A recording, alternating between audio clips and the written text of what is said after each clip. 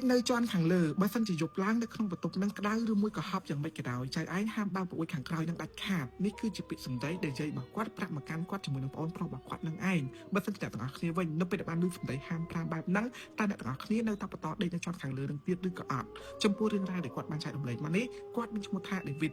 ប្រាប់ថារឿងរ៉ាវមួយនេះវាគឺជារឿងរ៉ាវដែលគាត់បានជួបប្រទះជាមួយនឹងប្អូនប្រុសរបស់គាត់កាលពីខែ6ឆ្នាំ2025ពេលដែលម៉ាក់ប៉ារបស់គាត់ហ្នឹងណានាំពួកគាត់ទៅលេងផ្ទះយាយនៅស្រុកនឹងឯងវាគឺជាលើកដំបូងហើយដែល David គាត់បានឡើងទៅលេងផ្ទះរបស់យាយគាត់នឹងឯងហើយពេលដែលទៅហ្នឹងគឺ David ជាអ្នកបើកឡាននឹងឯងទាំងអស់គ្នាផ្ទះរបស់យាយគាត់វិញគឺជាប្រភេទផ្ទះឈើ2ជាន់នៅខាងក្រោមធ្វើពីថ្មខាងលើធ្វើពីឈើជាប្រភេទផ្ទះនៅក្នុងភូមិស្រុកទេប៉ុន្តែផ្ទះរបស់យាយគាត់គឺនៅចុងភូមិនៅឆ្ងាយពីគេនៅសងខាងផ្ទះរបស់យាយគាត់គឺមានដើមជីកាដើមជីដំណាំអីចឹងទៅប៉ុន្តែនៅខាងក្រោយផ្ទះរបស់យាយគាត់នៅខាងក្រៅរបស់ហ្នឹងណាគឺជាព្រៃដុះស៊ុបបន្ទប់ខ្លាំងមែនតើមានតាំងពីព្រៃវាថាព្រៃអាស័យព្រៃអញ្ចឹងណាគឺដុះក្រាស់ខ្មឹកនឹងតែម្ដងទាំងអស់គ្នាគ្រាន់តែគាត់បើកឡានទៅដល់ផ្ទះយាយរបស់គាត់ភ្លាមយាយរបស់គាត់គឺប្រាប់ពួកគាត់មកថាអត់ឲ្យទៅលេងនៅព្រៃខាងក្រោយហ្នឹងទេដោយសារតែព្រៃខាងក្រោយហ្នឹងវាថាវាមានគ្រោះថ្នាក់មានអីចឹងទៅមានពស់មានអីចឹងណាធម្មតាចាស់ៗគាត់ខ្លាចនឹងឯងទាំងអស់គ្នាអញ្ចឹងហើយទៅនៅខាងក្រោយហ្នឹងយាយរបស់គាត់គឺធ្វើលបងថ្មបាំងអត់ឲ្យមានសត្វណាវាចូលមកបានអីចឹងទៅទាំងអស់គ្នាអញ្ចឹងពេលហ្នឹងឯងគាត់ទៅដល់ភ្លាម David គាត់ហ្នឹងក៏ឡើងទៅបន្ទប់ជាន់ខាងលើដោយសារតែបន្ទប់ជាន់ខាងលើ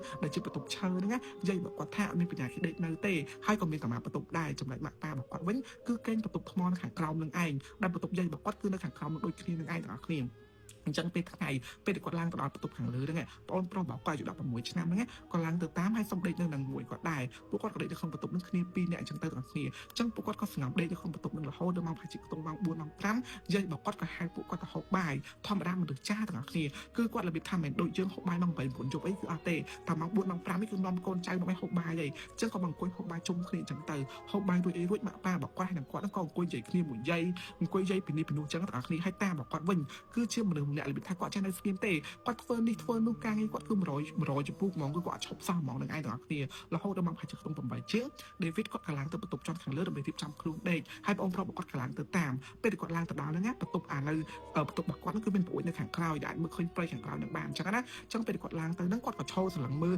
អាព្រៃខាងក្រោយហ្នឹងពេលឈរមើលហ្នឹងក៏សាប់តែយាយរបស់គាត់ឡើងមករួចក៏ស្ទុះទៅបិទប្រួយខាងក្រោយហ្នឹងដែលយាយរបស់គាត់ហាមថាចេះពេលយប់ឡើងណាបន្ទប់ជាក្នុងបន្ទប់ហ្នឹងក្តៅឬមួយក៏ហប់មិនក្រោយពួកឯងបាច់បើកប្រួយហ្នឹងទេបាត់ប្រួយហ្នឹងចោលទៅសម្រាប់យកចាហាលមកឲ្យអញ្ចឹងណាធម្មតាផ្ទះឈើទាំងអស់គ្នាបើសិនជាខែរបៀបថាខែខ្យល់វិញខែរបៀបខែត្រជាក់ខែវិញណាគឺត្រជាក់ខ្លាំងមែនទែនប៉ុន្តែដោយសារតែខែ6នេះគឺជាខែក្តៅអញ្ចឹងពេលដែលពួកគាត់បាត់ពួយមកដល់ចិត្តឆឹងទៅគឺវារៀងហប់មែនទែនទាំងអស់គ្នាហើយ David ហើយនឹងបងប្រុសរបស់គាត់ពីមុនមកគឺដេកទៅក្នុងបន្ទប់ម៉ាស៊ីនត្រជាក់ដែលផ្ទះរបស់គាត់នៅពេញហ្នឹងទេប៉ុន្តែទៅពេលទៅដេកផ្ទះយាយអត់មានម៉ាស៊ីនត្រជាក់មានតែចង្ហាអញ្ចឹងពួកគាត់គឺពិបាកនៅខ្លាំងមែនទែនហើយគាត់ក៏សួរនាំយាយថាចេះមិនបើឲ្យពួកគាត់នឹងបើកប្រួយតែដែ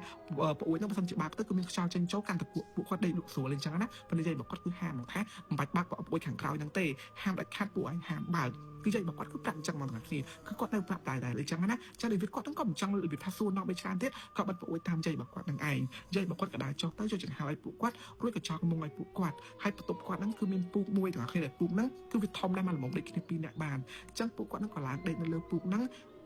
ងដែលមានចង្ហាដាក់នៅខាងក្រៅប៉ុន្តែដាក់ខាងក្រៅមុងទេអញ្ចឹងធម្មតានៅពេលដែលចង្ហានៅខាងក្រៅមុងណាគឺដំបងគឺវាអត់ត្រជាក់ទេគឺរៀងហប់រៀងអីចឹងទៅគាត់នឹងក៏ដេកចុចទូរស័ព្ទបងប្រុសគាត់ដេកចុចទូរស័ព្ទមើល TikTok មើលអីចឹងទៅទាំងអស់គ្នាចំណែកប្រួយគាត់ទាំងសងខាងគឺបាត់អស់ហើយជាពិសេសគឺអាប្រួយដែលនៅខាងក្រោយហ្នឹងណាដែលគាត់គ្រាន់តែថាប្រែខ្លួនទៅគឺឃើញប្រួយហ្នឹងហ្មងប៉ុន្តែប្រួយគឺបិទចិត្តឆឹងហ្មងដោយសារតែគាត់ឃើញខាងក្តៅហើយហប់ខ្លាំងមែនតើ David ក៏ដើរចុះពីលើក្រែទៅបើប្រួយហ្នឹងចោលតែបើប្រួយខាងក្រោយនឹងចំហចោលអាប្រួយនិយាយរបស់គាត់ហាមហ្នឹងណាគឺគាត់បើប្រួយនឹងចំហចោលទៅក៏រៀងមានខ្យល់មកតិចដែរអញ្ចឹងគាត់ក៏បន្តដេកចុចទូរស័ព្ទពេលដែលបន្តដេកចុចទូរស័ព្ទហ្នឹងគាត់នឹងក៏បានបិទភ្លើងក្នុងបន្ទប់អស់ហើយអញ្ចឹងពលឺភ្លើងគឺមានតែពលឺដែលចេញពីទូរស័ព្ទពួកគាត់ទាំងពីរអ្នកបងប្អូនទេអញ្ចឹងពេលដែលគាត់ចុចទូរស័ព្ទហ្នឹងបងប្រុសរបស់គាត់ក៏ប្រែខ្លួនមកទល់មករកគាត់វិញប៉ុន្តែដេកចុចទូរស័ព្ទចេះដេកចុចទូរស័ព្ទអញ្ចឹងភ្នែកស្រឡឹងមើលទៅប្រួយហ្នឹងសាប់តែបងប្រុសរបស់គាត់ស្ទុះក្រោកអង្គុយប្រាប់ថាមិននឹងឃើញមានភ្លើងពណ៌ក្រហមហោះទៅព្រៃខាងក្រោយគឺគាត់ឃើញភ្លើងហ្នឹងហ្មងអញ្ចឹង David គាត់ថាចេះហើយមើល TikTok ពេកឈួតរបៀបអញ្ចឹងណាប៉ុន្តែបងប្រុសរបស់គាត់ថាអត់ទេគាត់ឃើញភ្លើងមែនភ្លើងគឺក្រហមមិនធំគឺហោះទៅព្រៃខាងក្រោយហ្នឹងអញ្ចឹង David គាត់ក៏ដើរចុះពីលើព្រៃទៅស្រឡឹងមើលព្រៃហ្នឹងពេលដែលស្រឡឹងមើលព្រៃហ្នឹងទៅគឺវាអត់ទេទាំងអស់គ្នាគឺដូចថាព្រៃហ្នឹងគឺវាស្ងាត់វាស្ងប់ស្ងាត់គឺស្ងប់ស្ងាត់មែនតើហ្មងអត់មានសម្លេងអីទាំងអស់ហើយក៏នឹងអត់មានភ្លើងអីដែរប៉ុន្តែបងប្រុសរបស់គាត់ប្រាប់ថាឃើញភ្លើងមែនអញ្ចឹងចង់ទៅបាត់ប្រួយវិញតែ David ថាអត់បាត់ទេក្តៅហើយដេកលក់អីបើប្រួយនឹងចោលអាចបិទបានទេតែបិទហ្នឹងគឺគាត់ដេកលក់ទេតែវាក្តៅខ្លាំងអញ្ចឹងណាអញ្ចឹងបងប្រុសរបស់គាត់ក៏ស្ងំដេកចឹងទៅទាំងគ្នាអញ្ចឹងពួកគាត់ទាំងពីរនាក់ គាត់បិទទូរស័ព្ទរួចសង្ងំដេកពេលដែលពួកគាត់សង្ងំដេកហ្នឹងគឺនៅមកប្រហែលជាខ្ទង់បាន10ជាងសង្ងំដេកបានប្រហែលជាខ្ទង់1ម៉ោងអីហ្នឹងឯងគាត់សាប់តែប្អូនប្រុសរបស់គាត់ហ្នឹងស្ទុះក្រោមអង្គុយរួចទាំងអស់គ្នាគឺវាថាវាខាត់ខ្លួនទៅចិត្តអញ្ចឹងខាងក្រោយខ្នងណាខ្លួនចិត្តអញ្ចឹងរួចថាចេះវិតណាគេតាមពួកចឹងគាត់នៅលើប្អូនប្រុសគាត់ថាណាគេតាមពួកគាត់ស្ទុះក្រោមអង្គុយមើលដែរប៉ុន្តែពេលមើលទៅគឺវាមិនឃើញអីទេតែប្អូនប្រុសរបស់គាត់ថាយប់ហ្នឹងគាត់អត់ដេកមួយទេទេគាត់សុំដេកទៅខាងក្រោមនិយាយហើយអត់ដេកនៅខាងលើហ្នឹងគាត់ខ្លាចដោយសារគាត់បានឃើញមនុស្សតោងពួកហើយងើបក្បាលមើលចេះចឹងវាថាទៅណាទៅចឹងគាត់ក្លែងប្អូនប្រុសគាត់ទៅដេវីតគាត់សង្ងំដេកទៀតប៉ុន្តែដោយសារគាត់ដេកអត់លុបទាំងអស់គ្នាគាត់ក៏យកទូរស័ព្ទរបស់គាត់ហ្នឹងមកចុចទូរស័ព្ទបន្តទៀតពេលហ្នឹងពេលគាត់មើលម៉ោងទៅគឺម៉ោង1ជាងចុចទូរស័ព្ទបដាមើល TikTok មើលបដាចឹងទៅទាំងគ្នាផ្លេចរបស់គាត់ពេលចុចបដាហ្នឹងណាគាត់ចេះថាស្លឹងមើលទៅប្អូនហ្នឹងតាមពេលប្អូនរបស់គាត់ប្រាប់ថាមានគេតោងតែគាត់បានឃើញអីទេពេលគាត់ប្រែខ្នងទទួលមួយអញ្ចឹងអាកន្លែងប្អូនរបស់គាត់ដេកហ្នឹងប្រែខ្នងទៅកន្លែងហ្នឹងចុចទូរស័ព្ទក៏សាប់តែគាត់ហ្នឹងកលៀមកភ្នែកគាត់មកកលៀទៅនេះគឺគាត់បានឃើញមានមនុស្សតោងនៅប្អូនមែនតោងហើយគឺវាតោងឡើងចេះតោងមើលគាត់តែអាដាក់ខ្លួនមកតែច្រត់ដៃចេះច្រត់ដៃក្នុងប្អូនចឹងទាំងអស់គ្នាចឹងពេលពេលគាត់ឃើញគាត់ឃ្លីទៅមើលវិញម្ដងទៀតបាត់អត់មានឃើញអីទេចឹងគាត់គិតថាប្រហែលជាគាត់ហ្នឹងសម័យដល់សម្ដីប្អូនប្រុសរបស់គាត់និយាយខ្លាំងពេកហើយទើបគិតអីប្រេះផ្ដាស់ចឹងគាត់ក៏សង្ងំចុចទូរស័ព្ទវិញរួចគាត់វាចុចទូរស័ព្ទដេកទៅដោយសារគាត់នឹងមួយដេកដែរចឹងណាបិទទូរស័ព្ទដេកនេះគាត់ប្រែខ្នងបែរមុខទៅកន្លែងប្អូននឹងវិញពេលគាត់បែរខ្នងទៅប្អូននឹងវិញគាត់អត់បានបិទភ្នែកទាំងអស់គ្នាភ្នែករបស់គាត់ទុនតែគាត់អត់បិទទេណាគាត់ព្យាយាមស្លឹងមើលទៅប្អូននឹងពេលគាត់ស្លឹងទៅប្អូននឹងទាំងអស់គ្នាអីដែលគាត់ឃើញហ្នឹងគឺគាត់បានឃើញមនុស្សតោងក្នុងប្អូននឹងពិតមែនជារូបរាងរបស់មនុស្សប៉ុន្តែជាមនុស្សស្រីសក់វាឡើងវែងឡាយកំពុងតោងក្នុងប្អូនច្រត់ដៃមើលមកគាត់ចេះមើលមកគាត់អញ្ចឹងណាចឹងដូចវាគាត់ឃើញប៉ុណ្ណឹងទាំងអស់គ្នាគឺគាត់ស្ទុះក្រាបរត់ចេញពីបន្ទប់ទៅបន្ទប់ជ័យរបស់គាត់នៅខាងក្រោមគាត់គួរបន្ទប់ជ័យរបស់គាត់ថាយាយណាគេតោងបន្ទប់ខ្ញុំណាគេតោងបន្ទប់ចន់ខាងលើពីណាគេតោងមើលខ្ញុំមកប្រាប់យាយរបស់គាត់អញ្ចឹងទៅយាយរបស់គាត់ក៏ចេញពីបន្ទប់ដើម្បីទាំងមើលច្បាស់នៅពេលដែលយាយរបស់គាត់ដើរចេញទៅមើលទាំងអស់គ្នាអត់មានពីណាគេនៅកន្លែងប្អូនហ្នឹងទេយាយរបស់គាត់សួរថាអាណាគេបាក់ប្អូនហ្នឹងហ៎អញប្រាប់ឲ្យថាបដិនៅខាងលើហ្នឹងកុំបាក់ប្អូនទាំងដាច់ខាតទេពួកហែបើអញ្ចឹងតែវាថាអត់ទេ